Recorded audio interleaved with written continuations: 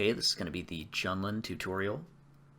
At the start, if you have both players called in from secret plans, you're going to 1p2c this by shooting the Tusken Raiders and the little orange bridge with Luke, who's going to be on player 1, as you follow him with player 2, who's going to be Obi-Wan. Now in the case that you actually don't have them both called in, that's completely fine. You're just going to walk over and slam with Obi-Wan, do that entire section with one player. Now if you are going to get the power-up here, which is recommended just because it's a lot easier, although a couple seconds slower, you just need to force this thing and slam a little bit before you are on top of it. If you do slam right on top of it, you'll get like a little sliding animation. You won't actually destroy this tower. If you don't want to get the power-up, you can walk to the bridge and force it. However, sometimes the Tusken Raiders will get in your way, so you'll want to confuse them before finishing the force. For the fast force out of bounds, which does end up saving around 25 seconds throughout the entire course of the run, you're going to want to jump onto the satellite from up here, and you're going to jump over the transition onto this bottom part of the rock.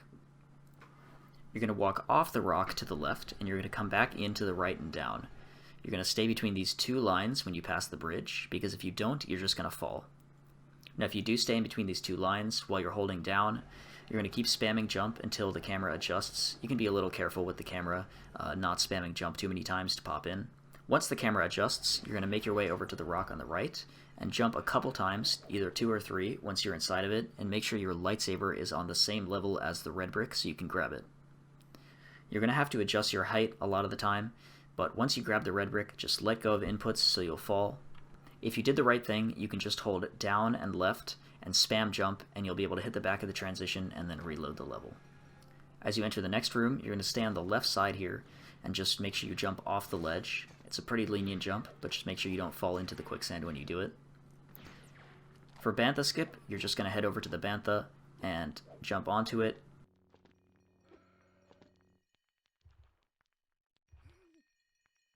Once the camera adjusts, you're going to slam the little white things in front of the Bantha, get back on,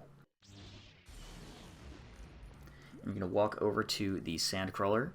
When you're directly underneath of it, you're just going to do a decently spaced double jump slam to get into the Sandcrawler.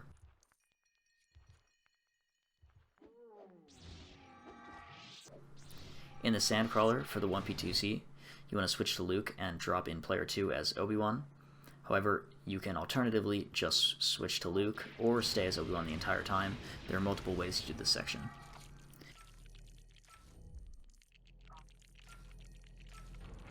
If you do the 1p2c, you're going to shoot 5 times with Luke and force all of the wheels with Obi-Wan while Luke walks to the door.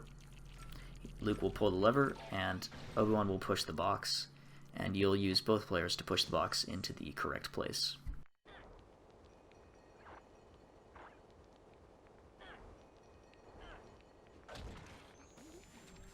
Now you want to switch to R2 with Luke so that you can get a force push off with Obi-Wan, and make sure you've killed all the droids in the room so that you don't accidentally force push them instead of R2. You can stand on the buttons in many ways. However, one of the easiest ways to do it is to use both players for the first set of buttons and then Obi-Wan for the second set of buttons. Some runners will just use Luke for the first set and Obi-Wan for the second set, or they'll just do them individually. Start shooting the Jawas with Luke. Switch Obi-Wan to R2, and when there's one Jawa left alive, you can enter the room. As you enter the room, shoot this last Jawa. It should usually only take one shot, and begin to push the turnstile as R2 heads over to the panel. When C-3PO comes out, you can switch to him with R2 and push him with Luke. After using the panel, drop out C-3PO, and Luke will end the Sandcrawler by shooting these 4 little things on the ground. As you exit the Sandcrawler, switch to Obi-Wan. You can do a little pixel jump here just to get a better line. Decently spaced jump across this gap.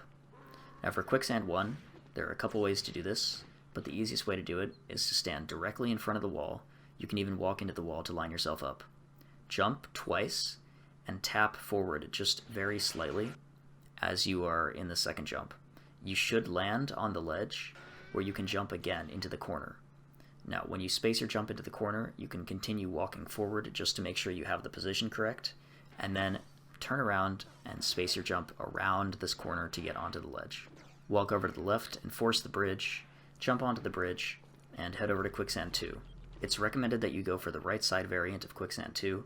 While there is one on the left, it's harder and a little bit slower. The way to do Quicksand 2 is to do a single jump, onto this patch where there is collision, you're going to walk for a little bit and then do another single jump, and this will avoid getting the buffered double jump, which will end up killing you in the quicksand.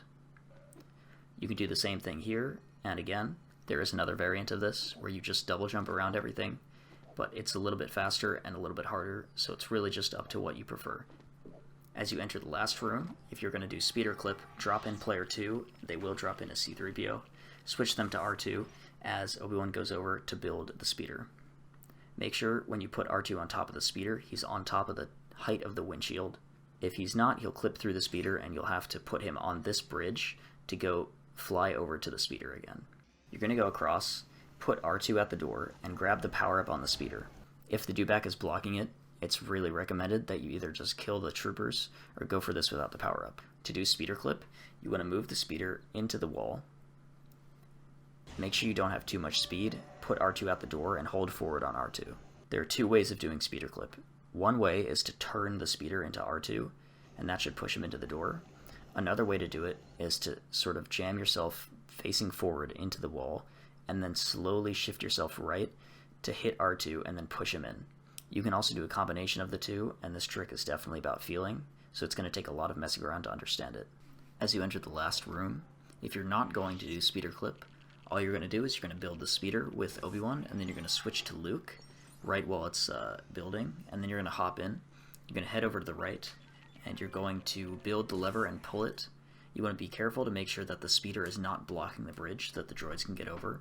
You're going to stand on the rightmost button and spam shots to kill the stormtroopers. Sometimes you get a little auto dodge, but it's not too much of an issue. Then you're going to wait for them to stand on all the buttons. You're going to switch to Obi-Wan because he's going to be closer to the lever, pull the lever, and then end the level by jumping into the hut. And that's it for Jundland.